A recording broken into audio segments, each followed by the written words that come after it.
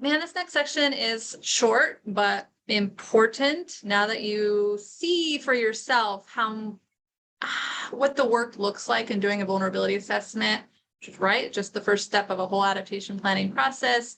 You're probably thinking, man, I'd really like some help and I'd really like some money to do this work and maybe bring on some more assistance. So we brought in Josh Simmons. He is president of Prosper Sustainably. So we worked together, and he was the one that wrote the first grant for the Tribal Climate Health Project and wrote it successfully. And he keeps writing successful grants for mainly for tribes all over the country.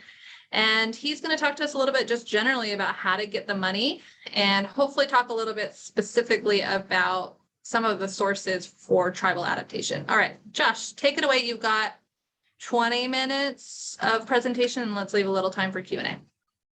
Sounds good. Thank you. Let me get back to the screen. Where'd it go?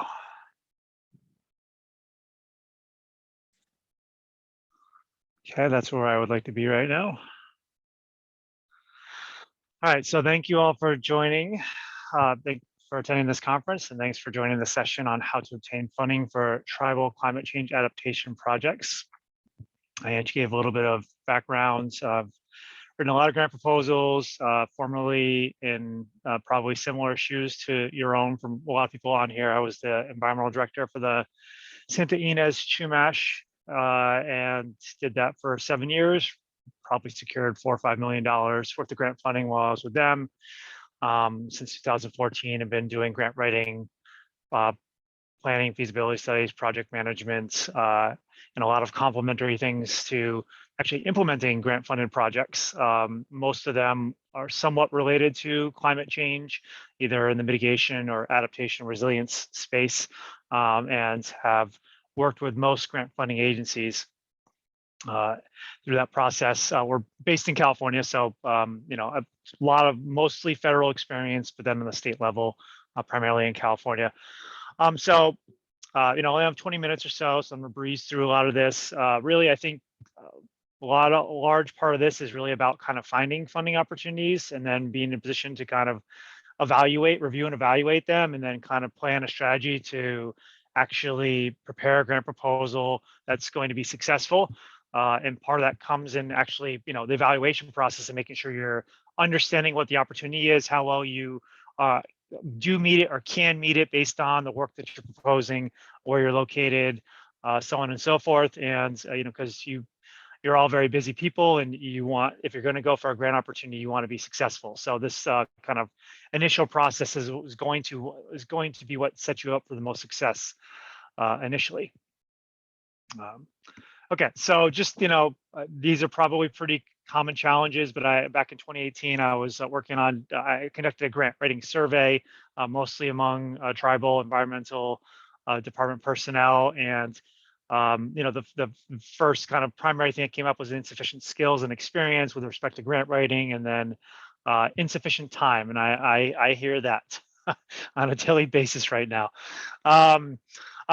Insufficient knowledge of available funding opportunities is obviously a pretty big barrier. If you don't know the funding that's available for your adaptation projects, then you're not going to be able to get it to proceed and do the planning and implementation that you're seeking. And then there are others. So, you know, be happy if you want to share your biggest grant writing challenges in the chat. We'll try to track those. Feel free along the way to write in questions. I'm going to present for 15 minutes or so, and then take about 10 minutes for a Q&A at the end. So just kind of as a snapshot, here is a grant writing life cycle with some tips. And so, you know, it's actually best to begin to prepare to write a grant proposal before you have a funding opportunity or solicitation right in front of you. So, you know, that's all about getting funding ready. And it's good to understand what are your strategic priorities, near term, you know, medium and long term, obviously as well. But, you know, what do you want to accomplish right now? If you've been involved with the Tribal Climate Health Project and the adaptation developing processes and tips and strategies, you hopefully have a greater sense of what those may be. You know, these can be internal needs as well as external capacity. It's also, important to understand what are the assets you have, and I think that's probably part of the toolkit you're working on as well. But assets meaning like what can you use in a grant application, or who can support you in preparing a grant application. That also partners come into play along those lines as well. So what you don't want to do is be scrambling every time a solicitation comes your way, stressing out your team, being entirely reactive, and likely losing a month or so. Where if you just kind of tracked some of these things and were in a better position, then you would be that much more successful. So then, researching, tracking, selecting good opportunities. This is also kind of a pre-phase kind of thing to do as well. Try to identify the agencies that are going to fund adaptation-related projects, and they're broad. I mean, there's EPA to a certain degree, BIA just did implementation funding in the resilience program this time around. FEMA through their BRIC program is another notable one. In California, they have the various emergency, I think Cal OES, Office of Emergency Services. So whatever is the kind of local or state emergency services organization, they may have funding available as well. So understand what that landscape looks like, subscribing to alerts, identifying databases, following the kind of policy developments if you can. You can think outside the box, do some scans of past solicitations on things that would have been a good fit. A lot of times these funding opportunities are recurring. And then if you have opportunities, provide some pre-funding input to, if they're trying to develop an opportunity, they're still in the development stages of the program, you might be able to kind of get in some ideas or some needs that may get them to angle the opportunity towards you. So what you don't want to do is kind of miss great opportunities, waste your time chasing things that are really poor fits for what you're seeking to accomplish, not really outside the scope of the adaptation project you're trying to do. And then just kind of, mission creep is a big one as well. Just kind of chasing funding just for the sake of getting funding. That's maybe tangential, but not exactly what you're seeking to accomplish. And then I think a big part of it is once you do identify those opportunities and they're released, hopefully you're aware of it ahead of time and you're ready to go once the full release comes. Going through that, carefully considering and extracting the key information to ensure it is actually a good fit. So it's an evaluation process is simultaneous with pulling out the key information. Consider your project ideas, partners, etc. Make sure you're focusing on the criteria, the scoring criteria in particular, seeing how you can maximize that and identify ways you can boost your score. And I think, a lot of times, there's recurring kind of base funding opportunities, resilience grants, it's tribal resilience grant, it's a decent amount of money. You don't necessarily need to be as bold with that just to address your needs, but in some cases it's more competitive. The bolder you are, the better, preparing realistic, feasible, implementable projects, obviously. You don't want to miss critical instructions and requirements. You don't want to miss that it was due by 5 p.m. Eastern, not 5 p.m. Pacific, which I've done in the past. Repeatedly navigate. You don't want to repeatedly navigate a large solicitation over and over again. Like a DOE, if you're pursuing a resilience project, using some of the DOE funding for a microgrid or something like that, those solicitations are 100 pages long. And if you go through this process, you extract out the key information, you have it in a place and you can kind of easily navigate to it as opposed to going back to this long solicitation over and over again, looking at the same information over the course of 2 or 3 months. And ultimately, you don't want to waste your time on a bad fit. So also you want to be preparing a grant writing. I at the same time prepare simultaneously, if it looks like it's going to be a good fit, prepare a grant writing plan, which then is really a grant writing project management tool to ensure that you understand all the components, the deliverables of the grant application. You're tracking those, managing those, keeping track of action items. You share that and work with your grant writing team on that. Everybody's on the same page. You're sequencing things out so you can get things accomplished. And the priority, more urgent items like letters of support are getting addressed earlier on.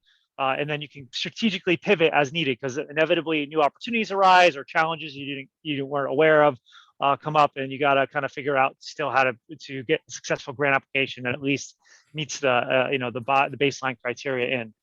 You don't want to go alone, wing it, procrastinate. I think these are all pretty obvious. Assume it'll be easy. Most grant applications really aren't, and this process avoids having you miss items. And then preparing a quality application. I won't kind of spend as much time in this. I think it's important to tell a story, tell a compelling story regarding your needs, be detail oriented and thorough. I think, focusing on a budget is really ensuring if you have something that's in scope with what the funding agency is seeking to fund, they want more details about your budget, how you're going to spend your money, down to like, detailing out travel. Like I'm going to, I don't know exactly where I'm going to go, but there might be a conference in DC. I'm going to do my flights, my luggage fees, my parking, my mileage. Like, agencies feel more comfortable when they think you're more detail oriented with respect to your budget. What you don't want to do is focus on only on what you want, leave gaps in your application. You don't want reviewers ever to stop and pause and say, what this doesn't really make sense to me, or I'm not sure this really fits the scope. And you don't want to be boring when they're, when they're reading your application. So there's a lot of places you can find funding opportunities. There's grants.gov in California. There's the California Grants Portal. I think it's really more about identifying agencies and also just getting on listservs. So, various EPA regions have their RTOCs have listservs about funding opportunities. HUD has their own, DOE has their own. Just get on those listservs, find those agencies, get on their email alerts, and just, let them come to you. Just make sure you're monitoring that and, you're responsive when you see those opportunities. It's helpful to kind of reach out and connect with those funders, but it's better share your needs and understand what funding opportunities may be available, particularly before solicitations come out. Sometimes when solicitations are out, they can't talk with you anymore about it. You can only submit things to like a Q&A portal. So I think it's helpful to also maybe maintain your own grant funding opportunity database. We have one associated with the California Tribal Gap Analysis project we did that covers both federal NGO and California opportunities for clean energy and climate change related grant funding opportunities. So we can probably, maybe someone can drop that within the chat. Actually, Angie, I think that link on the website didn't even work, but we can forward that along to you. We do a lot of this work all the time with tribes and are maintaining a pretty robust database of those opportunities. So I just talked about the funding announcement review. These are kind of fairly obvious things. I'm going to try to, breeze through this and leave some time, maybe even walk through a solicitation, the BIA resilience one in particular. But, the kind of key things you're looking for, the deadline, obviously, how much funding is available for what you want to do. A lot of times I think it's better to pursue more funding and make sure you have adequate funding. $50,000 sometimes in of itself isn't a whole lot of money. It doesn't get you very far, and you could spend $5, $10, $15,000 just pursuing a grant opportunity if it's only $50,000 and your return isn't that great. Cost sharing and match requirements are obviously pretty critical. Eligible activities, making sure that what you want to do really is in alignment with what the funder is seeking to fund. You going through this process, I will closely review the grant application, what I call components or elements, like what are the deliverables you need to submit, and then I'll start to put those into the grant writing plan. I'll also focus on the criteria, and I'll even kind of go through and self-score myself. So usually most funders will say, there's 4 criteria, there's 10 criteria, each with this many points, and I'll go through my particular project and say, okay, how well do I meet this? How would I score myself? Because it's really, in reality, it's just people like us that are that are actually scoring these applications. So your scoring of it could be completely legitimate, so long as you're not that too biased towards yourself. One thing, a tip is if it's a recurring grant funding opportunity, then you can ask the agency for copies of prior successful applications submitted by other applicants that may have similar project scopes to you. And, particularly, I guess in California with the California Energy Commission, I found, that they will do that. But, I think it's worth it with federal agencies as well. This is technically public information. You could submit a FOIA request. I wouldn't recommend kind of going through that to do it, but it doesn't hurt to ask to see if you can get a copy and, not reinvent the wheel. I'll come back to these tools and templates in just a moment. So the grant writing plan, kind of straightforward, obvious stuff, I think, in terms of, extracting out the components, elements, criteria, and key requirements and keeping track of those in a single place with assigned people to them, with deadlines that you check in on at least on a weekly basis, if not more regularly, depending on how close to the timeline you are. Okay, so I think some of this is probably more tangible once I kind of pull some of these up. Before I do that, I'll just kind of skip ahead to kind of, getting started priority items when you're starting to work on a grant application, just to make sure you have these things in mind. completing the grant opportunity review and grant writing plan. Sometimes there's necessary registrations. Hopefully all of your tribes are registered in SAM or whatever, have their DUNS number and all that, and you have those things on hand, or, have the ability to access them or know the person that you can access them through. Any document requiring a signature is always a top priority. Letters of support, letter of commitment, tribal resolution, absolutely. Sometimes you may need budget information in order to complete these items. So if it's like the SF 424, if that needs to be submitted not through grants.gov, but with actual wet signature, that same page has the total budget. This may, depending on what the lead time is, if we're getting that signature, this may force you to kind of, back into your budget, say, you know what, this opportunity offers up to $150,000.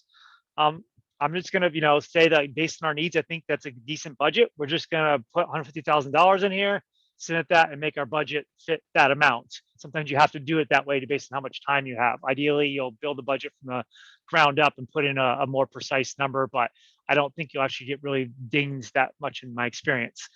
Making sure you're taking time to define your problem and need, the goals and objectives of the project. I like to outline the work plan to accomplish each objective and then compare it to the eligible activities and the criteria in the grant funding application. I'll try to identify any questions that I have in that initial review and submit those as early as possible, and participate in any kind of webinars they may have where I can ask those questions directly. The information data gathering process can take time, and I work more and more in the energy space and gathering data for facilities, energy usage data, and things like that. That certainly takes time, but any type of project, emergency planning, with Paula, we were working on some stuff looking at transportation adaptation strategies and getting information on the roads and all that stuff. That all takes time. And then finalizing budget amounts and cost share. Doing that as quickly as you can is always kind of important. It inevitably kind of moves around a little bit, but you find you put one number down, you get a thing signed, and then the number changes inevitably, and then you got to figure out either how to get another signature, or you got to readjust your budget back to that same amount. Okay, so I'm going to pull up those templates real quick. These are actually on the California Tribal Gap Analysis website as well, and it's fairly straightforward, just a Word document. I like ones that have headers on the side so I can just jump in the information that I want. Application deadline right here. I just basically go through the solicitation like the BIA Tribal Resilience Grant Solicitation. And as I'm going through it, I'll just extract out this key information along the way. I just copy and paste it, copy as text only. You don't have to paraphrase or reinvent the wheel. Get in there as quickly as possible. It just, what really this forces you to do is it forces you to understand it and see it and make sure you don't miss anything particularly critical. Coming down here, cost sharing is always very critical. The BIA Resilience Grant, unfortunately, doesn't typically have it. The funding period can be helpful in terms of putting together a schedule. This is one of the very first things I focus on is eligible activities. And so in the BIA one, this is actually a relatively short solicitation. Scroll down in it and it has these categories of available funding. And then further down below, it has the specific activities, gives kind of the background. These are the components. So this is where I put in these for the components, all the different things I need to use to complete the grant application. And I'll keep moving down and I'll get more into like, this is what these are components still. Trainings and workshop, this is what you need to provide. This is the type of activities it's going to fund. You should show them category 2 really quick. That's the one you want to keep your eye on. Is this the implementation one? That's one where you can actually do adaptation planning. Yeah. So, this is definitely a key source of funding for tribal adaptation planning. I mean, worked with a variety of tribes in getting funding for vulnerability and adaptation plans. They're now starting to fund implementation, which is great, but this was the first year they actually did that. These grant funding opportunities, like BIA, does not really provide a ton of information. They're fairly kind of broad, and just want to make sure you're sticking to the intent of it as much as possible. So sometimes you need to go down the criteria itself. Sometimes they'll merge the criteria with the grant requirements. Here it does provide the criteria. This is, So anyway, if you go through this process, you'll fully understand the grant application, and then simultaneously, I'll then take that same information and plug it into a spreadsheet because I love spreadsheets. You don't have to do a spreadsheet, but I think it makes your life easier. And again, this is another template that's available.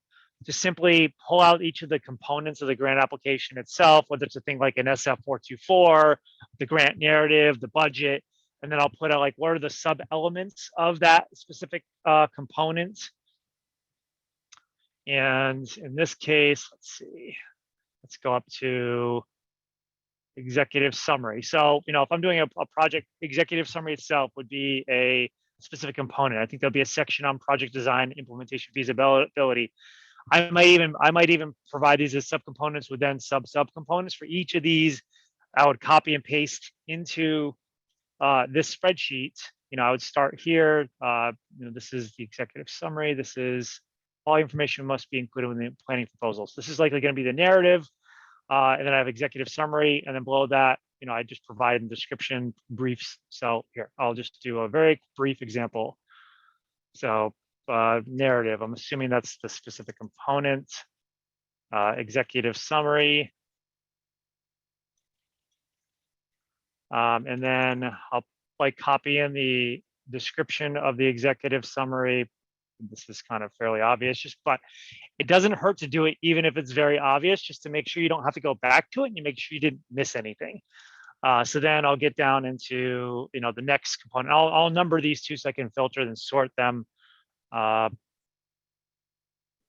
over to project design, implementation, feasibility. So this will likely, I would probably begin to structure my grant application with headers that match those areas because we want the grant funders' jobs to be easy as possible.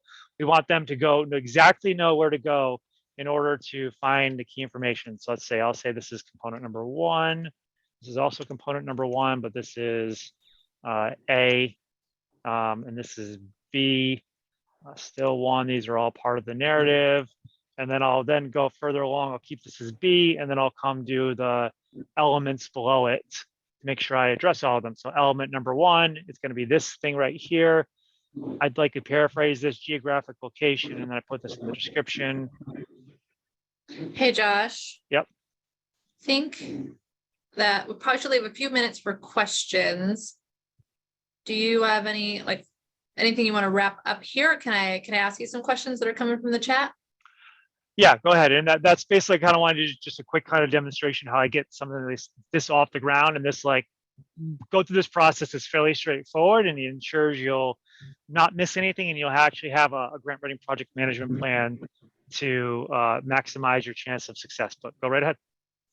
Well, Josh, do you have links that you want to share with folks to where they can find these tools? That would be a great place to start. And then folks here are asking some questions about, let's see, Ryan was asking about, in your experience, who is the toughest, I think, agency they're talking about to write grants for, like picky or too many processes? Well, it depends what agencies are actually participating in. Nobody. Tell them FEMA is the devil. I was going to say, Josh, I just want to remind you that this is a safe space. I will second FEMA's kind of convoluted grant application portal. You know, A&A is pretty prescriptive in terms of like some of their requirements, like when in the application itself, and then afterwards itself. EPA tends to be the easiest. In my opinion, BIA can be. I know they're kind of switching to maybe how they administer these grants. I think they're usually kind of easier.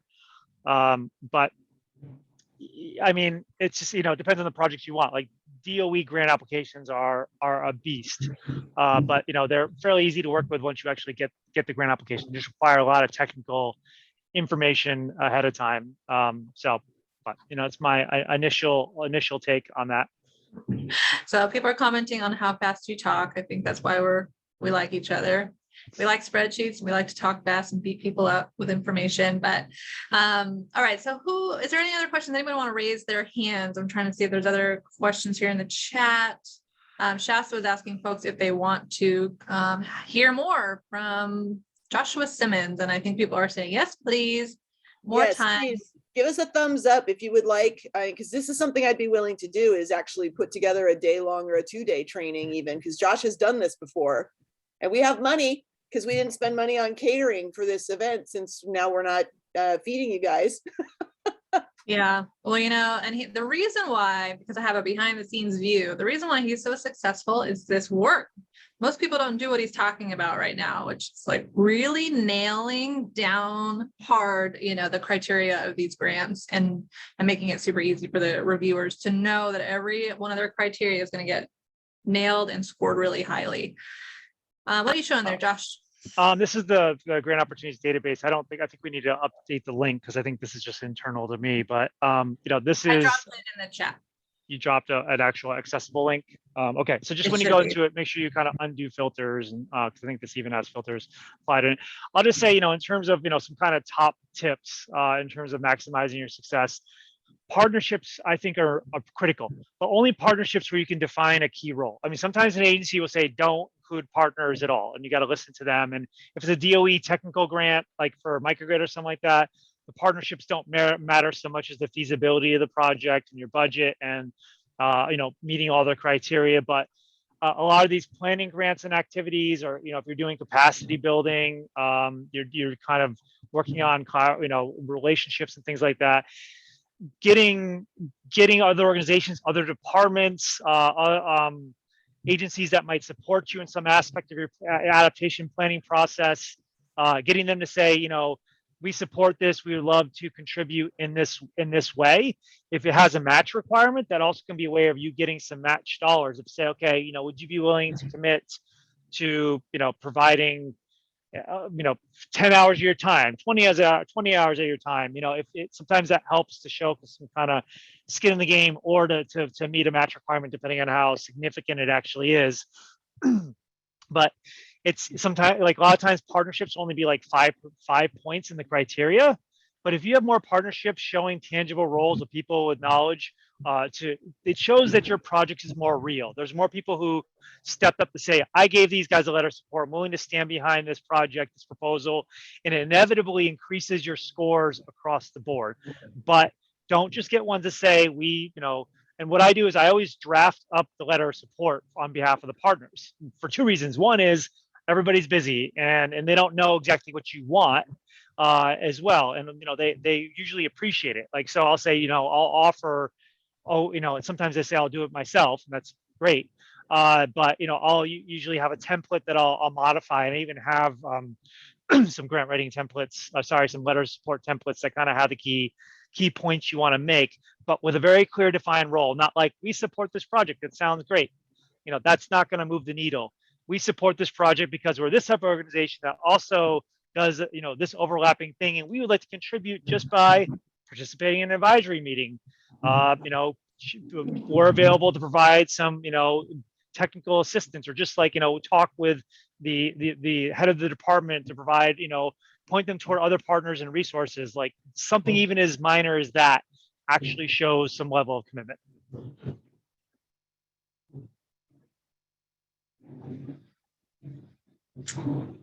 Well, so Lori said, if I review grant proposals and everyone follow Josh's outline, it would make our job much harder. I think that's it. Yeah, and hopefully in a good way. I think you're saying, Lori. Good way, because they get more high quality proposals. I'm assuming that's what you mean. Ryan Sophia said the database link is not working. So Sophia, we will try to get the correct link to you. Okay. But I can actually find one pretty quick, because there was other people who were having problems accessing it. It's a OneDrive link, that's why. Yeah. Ryan is suggesting we need no compete for tribes. We're such a small population that competition's uncalled for. State of California hears that. I think agencies are trying to maybe consider different direction on that. I mean, clearly that's a governmental issue, but I mean, we have it all the time too. It's like, why are we competing for this small amount of money when we're such a small population with the highest, poor health outcomes? So. yeah, and we're trying to address that as much as we can. Those of us who have some access to upper level, policymakers, decision makers, for example, the NTOCs, the National Tribal Operations Committees for EPA. I'm on the EPA's Tribal Science Council.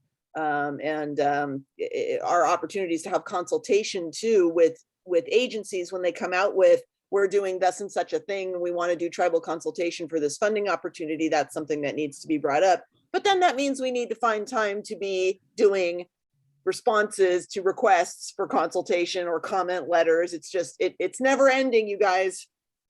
But yeah, Josh, thank you. That was you were like the microman. Do you guys remember the microman from the 80s who could talk like super, super fast? He did the FedEx commercials. Yeah, replay the recording and put it at half speed, and you'll understand what I'm saying.